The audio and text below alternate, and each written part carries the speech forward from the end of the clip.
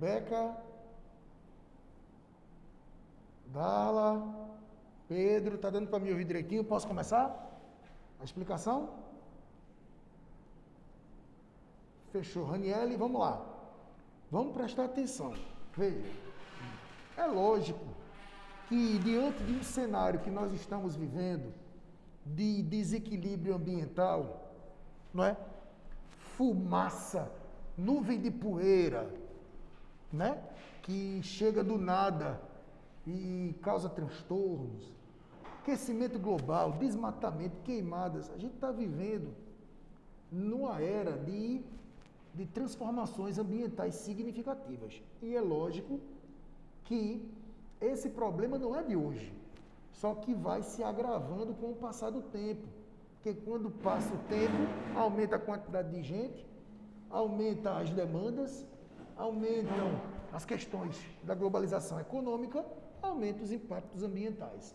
E é lógico que esses problemas, né, são preocupantes não só no Brasil, mas no Brasil e no mundo. Então é óbvio que a gente precisa discutir medidas para poder minimizar ou até mesmo extinguir o problema ambiental. E como nós temos vários problemas ambientais ao longo da história, é lógico que ao longo do tempo a gente vai tendo discussões e medidas em prol do meio ambiente. Então a gente vai tentar aqui abordar algumas soluções ambientais internacionais e que o Brasil faz parte. Porque internamente a gente tem leis, como é o Código Florestal, a própria Constituição, nós temos o Código das Águas, Lei de Resíduo Sólido, nós temos o Ministério Público, nós temos os órgãos que fiscalizam, as ONGs. Nós já temos isso no Brasil, a gente já comentou. Mas internacionalmente, o Brasil também participa. E aí eu coloquei aqui para vocês conferências, reuniões, protocolo, convenções, entre outros. Lembrando que vocês são o segundo ano e a gente precisa ir analisando as coisas por pedaço. Primeira coisa são as conferências ambientais. Preste atenção. Quando a gente fala em conferência, minha gente, a gente está falando de uma coisa de grande magnitude. Conferência. Quando a gente fala em conferência, você tem um maior número de países participantes. A gente vai se discutir sobre praticamente todos os problemas ambientais. A gente vai criar metas para o mundo inteiro, porque a gente está discutindo um problema global. E um problema global a gente discute em uma conferência. Quer ver um exemplo? Imagina se a gente tivesse que discutir sobre os problemas da educação de Vitória. A gente teria uma convenção, né, da educação vitoriense, onde iria reunir os colégios de Vitória. Mas para a gente discutir um problema nosso, a gente faz uma reunião interna. Por que a reunião é interna? Porque é um problema específico nosso. Beleza? Vamos discutir sobre um problema, né, pedagógico. Reunião pedagógica. Um problema administrativo, uma reunião administrativa. Só quem participa é a galera da administração. Fechou? Então, é a mesma coisa aqui. Quando nós vamos discutir metas para o futuro, quando nós vamos discutir aqui problemas mundiais, a gente faz aonde? Em uma conferência. Então, conferência, ela tem a ideia de ser mais ampla, de reunir mais países e se discutir sobre mais coisas. E uma coisa interessante na conferência é que ela é ordinária. Ordinária. Não é ordinária desse jeito. Porque quando a gente diz que há uma reunião ou encontro de forma ordinária, significa dizer que a gente sabe exatamente quando vai acontecer. O prazo ele já é determinado. Quer ver um exemplo? Imagina que uma empresa faz uma reunião toda última sexta-feira. Essas reuniões, elas são o quê? Ordinárias, porque elas acontecem toda sexta-feira, toda última sexta-feira, tá certo? Então, quando você sabe exatamente quando vai acontecer, é ordinário, você se organiza para isso. E as conferências ambientais, elas são ordinárias, porque elas acontecem a cada 10 anos. E aí você me pergunta, Por que 10 anos? Porque a gente está falando de problemas sérios. E para que as nossas medidas e as nossas metas sejam cumpridas, eu preciso de tempo. Preciso de tempo. Se eu pedir para você fazer um trabalho para amanhã, você vai dizer não tem tempo. Você precisa de tempo para fazer um trabalho. Imagina você mudar a estrutura econômica de um país para que ele possa diminuir menos o impacto ambiental. Demora. Então eu preciso de um tempo para que as coisas sejam feitas e que se tenha um resultado. Por isso que elas são feitas a cada 10 anos. Eu não vou aprofundar elas agora, porque a gente faz isso no terceiro ano. Eu vou dar um enfoque maior nas últimas 3, porque envolve o Brasil diretamente. Fechou? A primeira surgiu em 1972, na Suécia, na cidade de Estocolmo, aonde pela primeira vez os países se reuniram para discutir sobre isso. Agora é lógico, aí você vai dizer, por que não fizeram isso em 62?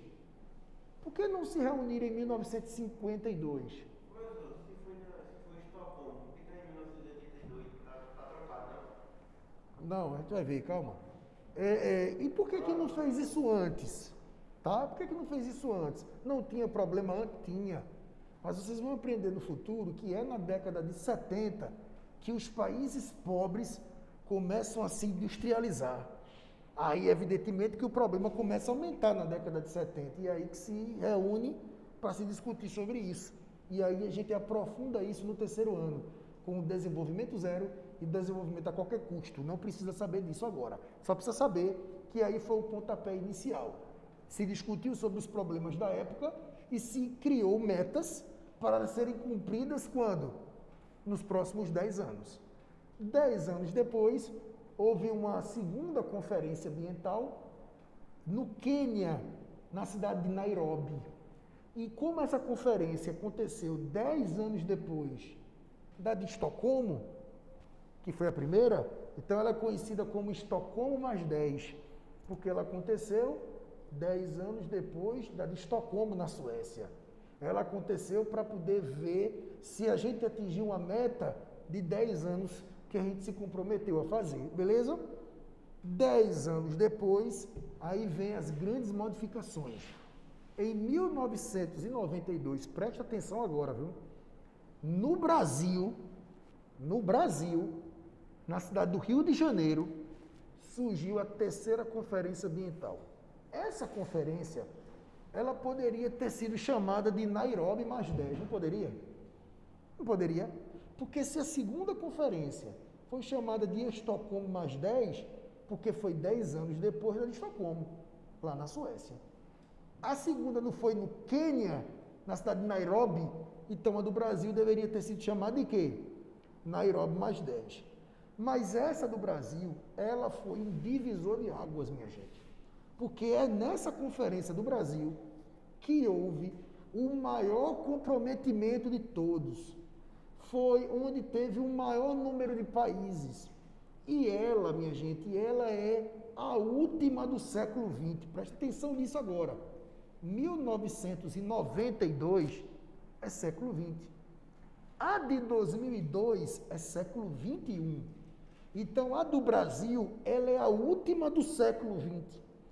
Então, eu precisava agora discutir medidas não apenas para os próximos 10 anos. Eu precisava discutir agora medidas para o próximo século. Por isso que é na do Brasil, essa conferência de 92, que surge a expressão Agenda 21. A agenda é onde a gente anota um compromisso, né? Eu vou para o médico tal dia, vou viajar tal dia, você anota o compromisso para o futuro. Ninguém bota na agenda, fui ontem para a praia, aí é diário. Vou anotar no meu diário, vai, as coisas que escrevi, hein, Renata? Falando de você. Agora isso é no passado, diário, anotei. Para o futuro é agenda. Então, se na do Brasil, que é a última conferência do século XX, eu vou anotar compromissos para o século XXI, a Agenda 21 surge aí. Então, essa conferência, ela não poderia ter um apelido assim, Nairobi mais 10, porque ela não é uma qualquer. Ela é a referência. Essa teve o maior número de adeptos, mais medidas, falou-se de mais coisas, criou-se metas ousadas. Então, essa conferência tem um apelido próprio, Rio 92, é a Eco 92, tá certo? Ela não é referência a que já passou, ela é a sua própria referência, Eco 92, a Rio 92. E aí, no terceiro ano, a gente aprofunda com mais nomes, entendido? 10 anos depois, em 2002, na África do Sul, a primeira reunião do século XXI, né? Ela aconteceu 10 anos depois da do Brasil, não foi? Então ela agora é chamada de Rio mais 10, porque ela agora aconteceu 10 anos depois daquela, do Brasil, do Rio, a referência, Rio mais 10. Foi feita onde? Na África do Sul, na cidade de Joanesburgo. E aí, evidentemente, que se analisou tudo que foi feito ao longo do tempo. Perceba que eu não estou aprofundando, só estou comentando com vocês que a cada 10 anos eles, né, se encontram para poder discutir aquilo que foi, que se comprometeu há 10 anos atrás. E aí, 10 anos depois, a gente se compromete. Beleza? Para ver se está tudo bonitinho. A última que foi feita, 2012, no Brasil de novo. E aí você deve estar se perguntando, e não tem outro país não? Tanto do país no mundo, por que vai para o Brasil de novo? Porque lembre-se, a gente não está falando de meio ambiente.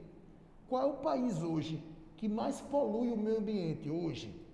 China. Segundo, Estados Unidos. Então, os Estados Unidos hoje, ele ainda continua sendo o que mais prejudica o meio ambiente na América, ok? Então, fazer uma conferência ambiental no Brasil é uma forma de chamar a atenção do mundo para um tema tão importante, e é na América, continente que os Estados Unidos está. Tá certo? Então, é uma forma de chamar a atenção. Na verdade, essa conferência era para ser nos Estados Unidos, era para ser na China, porque eles são os principais vilões. Mas aí seria uma contradição, porque eles são os principais vilões, porque eles estão fazendo isso para ganhar dinheiro. Então, não é à toa que eles crescem economicamente. Então, não faz sentido eu pregar uma ideologia de preservar o meio ambiente e continuar explorando os recursos naturais para poder ganhar dinheiro. Era meio contraditório, né? Então, lá aconteceu, né, no Brasil, a última conferência, que ficou conhecida como Rio mais 20. Olha como a de 92 ela é importante. Rio mais 10, Rio mais 20. Quer dizer, até 2012, ainda a gente tinha como referência aquela primeira do Brasil. Quando é que vai ser a próxima, gente? 2022, que é ano que vem. E aí, em 2022, a gente ainda não sabe onde será. Não se tem ainda essa informação. Mas vocês vão estar no terceiro ano, prestes a fazer um vestibular, o Enem, exatamente no ano em que ocorrer o quê? A conferência ambiental. Então é muito significativo. Não se sabe onde vai ser, não se sabe se ela vai ser chamada de Rio mais 30. A gente não sabe. A gente vai ter que esperar. Algumas pessoas, alguns estudiosos, alguns sites dizem que pode ser na cidade do México, né? Que também é uma cidade que é uma megalópole que polui muito e que é ali, né? Pertinho dos Estados Unidos. E aí é importante que a gente entenda que, apesar de ser uma conferência ambiental, não se discute só sobre o meio ambiente.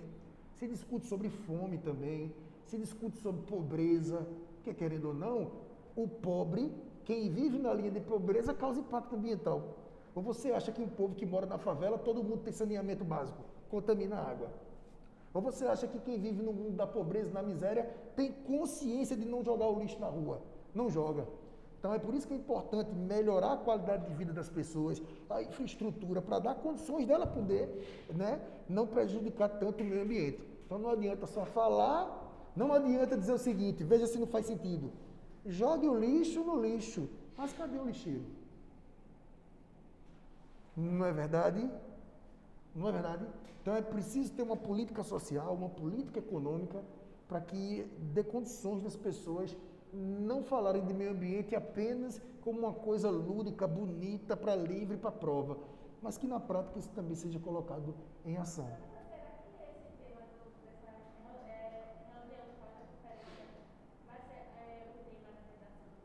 Da redação do ano que vem, não sei. Esses temas de redação, eles são muito complexos. Quem pode te dar uma dica sobre temas de redação, se é que você me entende o que eu estou querendo lhe dizer, é o professor de redação. Porque o professor de redação, ele trabalha só para isso. Então, ele faz uma análise daquilo que vem sendo como tema de redação ao longo dos anos e ele vê se a redação é mais para um lado político, ambiental, social, e aí ele traça a ideia e provavelmente ele vai trabalhar sobre isso. Agora, dizer se vai ser ou se não vai ser, eu não sei. O que eu tenho certeza é que qualquer tema de redação você usa conhecimentos geográficos. Qualquer um. Qualquer tema que você for fazer na vida de redação, você pode utilizar conhecimentos das ciências humanas. Geográfico, quando eu digo da minha parte, né? Das ciências humanas. Qualquer coisa, pode dizer qualquer coisa que a gente pode abordar o lado humano, o lado social. Tá beleza? Sem fugir do tema. Tá aí as conferências. A próxima são as reuniões. As reuniões ambientais, ela tem a mesma ideia. A diferença é que eu não preciso reunir a maioria dos países para se discutir sobre tudo, gente. Não preciso, tá? Quer ver um exemplo? Numa empresa, problema na segurança. Eu preciso fazer uma reunião para chamar todo mundo? Não, eu tenho que fazer uma reunião só com a galera da segurança. Ou não é? Numa empresa como uma escola, problema com as aulas. Eu vou fazer uma reunião para chamar os funcionários da limpeza? Não faz sentido. Tem que chamar os professores. Então, é uma coisa mais pontual. Então, se é mais pontual, eu não vou discutir sobre tudo. Eu vou discutir sobre alguns pontos. E, evidentemente, nem todo mundo participa. Porque nem todo mundo se encaixa naquele problema. Quer ver um exemplo? Um dos problemas ambientais, e vocês estão aí de prova, é a questão do buraco da camada de ozônio. Lembra? Eu falei que a camada de ozônio estava se destruindo, estava diminuindo a sua espessura, principalmente por conta do CFC. Ok? Isso é um problema. Então, quais são os países que mais emitem CFC? A, B, C, D e E. Por exemplo, que a gente não tem que decorar isso. Então, eu vou fazer uma reunião para chamar apenas esses países, para a gente discutir. Mas por quê? Tem como a gente fazer alguma mudança? Lembrando que o CFC é emitido nas indústrias de aerosol, de refrigeração, né, de desodorante, de ar-condicionado, de geladeira, emite muito CFC. Então, esses países vão tentar desenvolver uma metodologia, uma forma de continuar tendo isso sem emitir o CFC.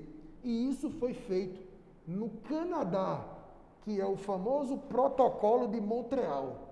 Protocolo de Montreal, discutir medidas específicas sobre o CFC. E a gente tem colhido benefícios. Já se observou que o buraco da camada de ozônio, ou seja, a espessura, parou de diminuir. Isso é uma coisa boa.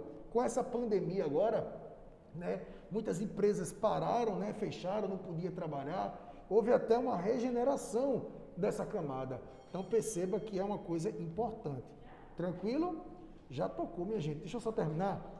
Protocolo de Montreal, CFC. Protocolo de Kyoto, em 1997, no Japão, para discutir sobre GE, gases de efeito estufa. Então não vai todo mundo, só vai os países que emitem gases de efeito estufa. Lembrando que Estados Unidos e China não participaram, não assinaram, não quiseram, porque naquela época, na década de 90, eles estavam no crescimento econômico, que se fosse fazer alguma mudança poderia gerar desemprego. Aí eles pensaram o seguinte, se é para afetar o desemprego, o meio ambiente que se exploda, depois a gente vê. E aí eles não assinaram o protocolo de Kyoto, que era uma forma de reduzir a emissão, né, do gás de efeito estufa, diminuir até 2014. Até em 2014 foi.